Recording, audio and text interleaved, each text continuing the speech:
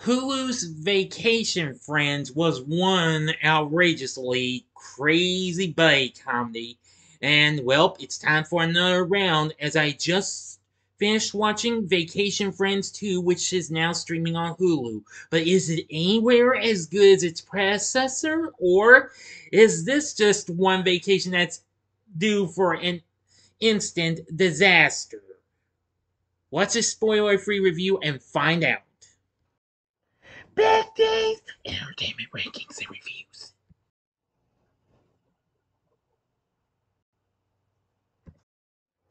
So, greetings, my fellow YouTubers, and welcome to Big D's Entertainment Rankings and Reviews. My name is Dual, better known to as the Big D, and this time around I bring to you a spoiler-free review of the just now released buddy comedy Vacation Friends 2 from 20th Century Studios, which just recently came to Hulu here in the US and Disney Plus internationally. A sequel to the 2021 film. Back with us is Lil Rel Howery, John Cena, Yvonne Orji, and Meredith Hagner, plus Steve Buscemi, Ronny Chieng, and Jamie Hector. Now, this time around, our two main couples are in for a real big thrill ride this time. Now, this film was originally to be called Honeymoon Friends, but they changed it though.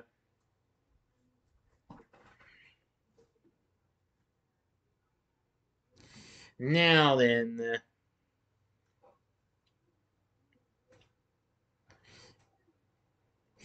In the film, the two couples from the we know best will meet up with each other while on vacation in Mexico, and they see their friendship takes an awkward turn when they get back home. And let me tell you, it really does. Now then, I thought the film was fine and what have you. It does have a lot of fun moments and what have you, although it was just kind of have few downsides from the first film, but still, well, it was fine and what have you. But it does give you some really funny moments, especially like what you saw in the first film and what have you. Now, before I get into my thoughts, if you haven't seen my review of the first Vacation Friends, click on that card. And I appreciate you check out my review of it. But anyway, now I'll go ahead and tell you that this time around, the the film itself did provide a few fun laughs and what have you, but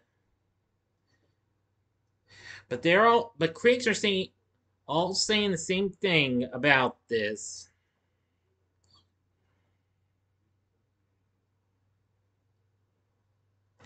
And also, Ron and Kyla's baby is now with them. But critics seem to agree that the sequel is a step back from what people liked about the first one.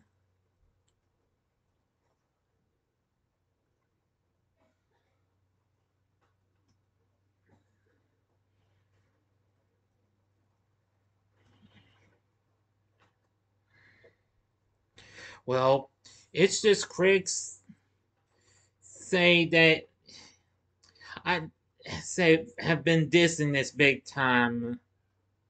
One person says that it does ramp up the action but not the humor, and audiences would prefer to see a simpler plot revolving more around its odd couple main characters.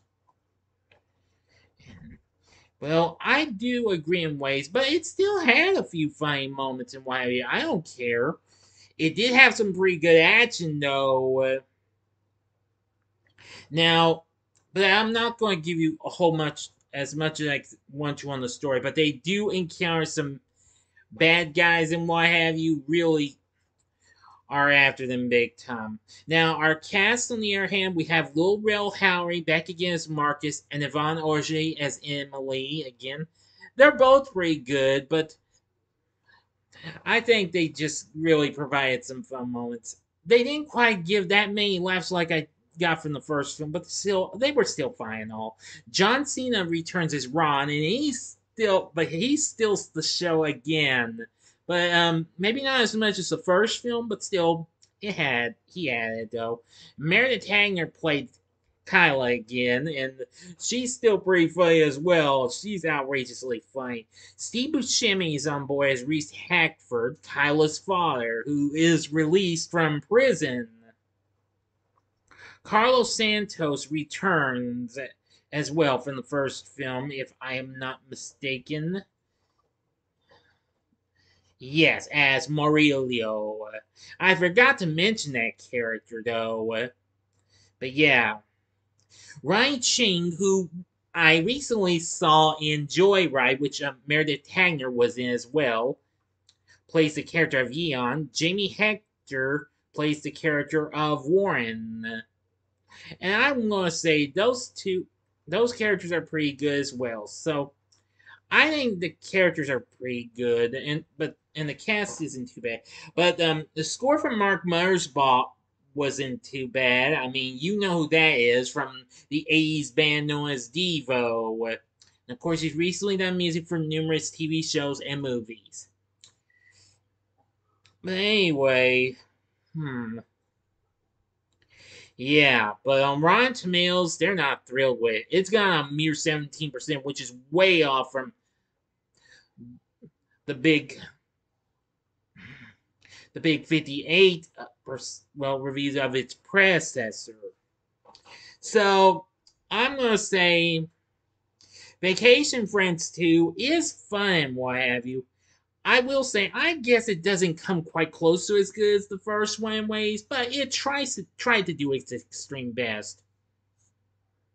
So anyway, I feel like Vacation Friends 2 might be worth getting a one-time watch, or just avoid it and stick with the first film.